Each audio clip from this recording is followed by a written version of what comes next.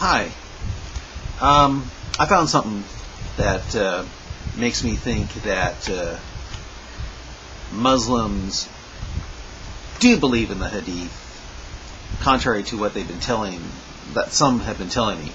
Because I've been running into a lot of Muslims lately that said that they don't believe in the Hadith, they just believe what's in the Quran. That the reason why they don't believe in the Hadith is because it has things like saying 1 hour of deep contemplation is better than 60 years of worship, which, if true, to me would be like the biggest, swiftest kick in, someone bowing to Mecca they could ever think of, Or take another one would be like eating 7 ajwa dates in the morning will protect you all day from both magic and poison. I'm pretty sure that they are right about thinking that would be weakened, fabricated, or as they say, something that the Shiites believe. Because how many Muslims would take cyanide or eat poison mushrooms after eating 7 ajwa dates? Of course, I later typed in to my web browser 1 hour, eating 7 ajwa dates in the morning will protect you all day from both magic and poison. And it didn't go to the site that said 1 hour of deep contemplation is better than 60 years of worship as being a weak and fabricated hadith, like 1 hour of deep contemplation was. I also typed in, as Muhammad said, the sun sets, it prostrates to the throne of Allah before asking permission of Allah to rise again. That wasn't weak or fabricated either. But the 1 hour of deep contemplation, better than 6 years of worship, that was considered as weak and fabricated. But then, something? I went to an Islamic center and I picked up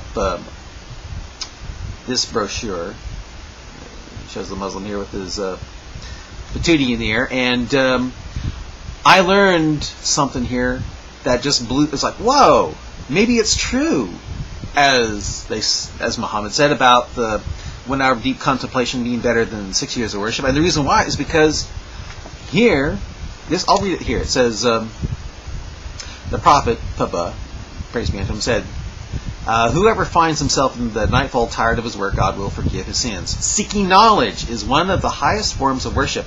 The Prophet said, quote, seeking knowledge is a religious duty on every Muslim. So, if you're a Muslim, you're watching this, that means you're seeking knowledge. You won't believe just how incredibly valuable that is. Because I'll read on here. If you're seeking knowledge as a Muslim right now, what you're doing right now is better than bowing to Mecca 5 times a day, every day, for 70 years. If you think I'm insane, this is what it says here. It says here. In another saying, he said, this is Muhammad saying, seeking knowledge for 1 hour is better than praying for 70 years. That's in here. And when I typed it in there, guess what? It didn't go to the same place that said 1 hour of deep contemplation is better than 60 years of worship. So that means that's true. And I thought, well, wait a minute. Maybe they missed that. And maybe it should be in the weak and fabricated, or as this one say, something the Shiites believe, because maybe it just didn't make it in there. So what I did is I typed it into. I said, I typed in 1 hour of. I found out it's not weak. It's not 1 hour of deep contemplation. I discovered it's actually 1 hour of contemplation is better than 6 years of worship. And I discovered something of where it came from. It's a hadith, of course. And this is what it says. This will show you why I don't think it's weak and fabricated after all. Because here, read back a little bit here. Okay, a lesson on tafakkur. We shall inshallah talk about one of the lessons which the Holy Prophet has taught us, and look at its emphasis in the traditions of the 6th Imam. The lesson is about what has been termed as al-tafakkur, meaning contemplation. The beauty of Islam is that it does not consist of instructions, but also invites its followers to contemplate, to reflect, and to think, and tell you. apparently it's the most important thing in the world, far better than bowing to Mecca you can ever imagine, because I'll let you know why here. The question that arises here is, what should we contemplate and think about? Firstly, to contemplate about the creations of Allah, SWT. Quote, how many signs there is in the heavens and the earth, and that they pass by while they are disregardful of it. I believe that's Quran 12:105. Contemplating on the creation of Allah, SWT, has many advantages. One of the most important things is that it leads us to recognize our Creator. If we recognize Him, we will obey Him. And if we obey Him, He will achieve success, and we'll achieve success in the world and hereafter. Miqdad was one of the close friends of Imam Ali, as once he heard a companion of the Holy Prophet saying that the Holy Prophet has said, quote, contemplating for an hour is better than the worship of 1 year. He then heard another companion saying that the Holy Prophet has said contemplating for an hour is better than 7 years of worship. He then again heard from the third companion saying that the Holy Prophet said contemplating for an hour is better than 70 years of worship. Not knowing which hadith was true, Miqdad came to the Prophet and informed him of the 3 different versions of the hadith that was being quoted by his companions. The Holy Prophet informed him that all 3 are correct. In order to prove his point, the Holy Prophet summoned up all 3 men.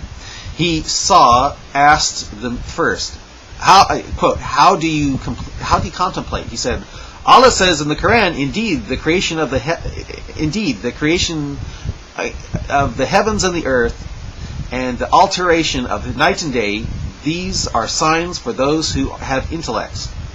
That'd be Quran 3:191. I too ponder of the wonders of the heaven and the earth. The Holy Prophet told him, 1 hour of your contemplation is better than worship for 1 year. So if you can think about the heavens and the earth and all that stuff, it's better than pulling out a prayer rug 5 times every day for that 1 year, if this is true. Okay, next one said, then he saw the second man as to how to contemplate, how he contemplated. The man said, I reflect upon death and the horror of Qiyamah. The Holy Prophet told him, 1 hour of your contemplation is better than the worship of 7 years. So if you can think about the horror of some guy named Qiyamah and what he went through, that's better than prostrating to Mecca for 7 years. But then this is really amazing. The Holy Prophet told him, 1 hour of your contemplation is better than 7. Okay. Then he asked the third man about his contemplation. The man said, I reflect upon the hell of fire and its dreadfulness and severity. The Holy Prophet told him, 1 hour of your contemplation is better than the worship of 70 years. It's Tafsir al-Bayan. Imam Jafar as-Sadid, as he said, quote, extensiveness in prayers and fasting is not the worship, rather extensiveness in the contemplation is true worship.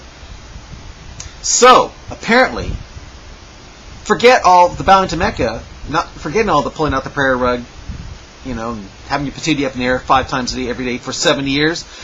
None of that is as good as if you can think about, for 1 hour, reflecting upon the hellfire and its dreadfulness and severity. It's better than that. Now, either that is true, or is that false? It's up to you to pick. But I tell you, I myself would think about the severity of hell for at least a week, rather than pulling out a prayer rug and bowing to Mecca 5 times a day every day for 70 years, like apparently this says is not as good. I mean, really, it's not as good to bow to Mecca as it is to think about the severity of hell for 1 hour. Unless that's false. But since it's in here, and it wasn't in the weak and fabricated versions of the hadith that mentioned the 1 hour deep contemplation, and it wasn't, and also speaking the truth in the front of a tyrant is the greatest jihad, That's supposed to be real hadith, you know. Hey, I think I just might have saved you 70 years of your life just by taking 1 hour of thinking about the severity of hell. Unless again that's false. But hey, I'll let you decide. Okay, bye.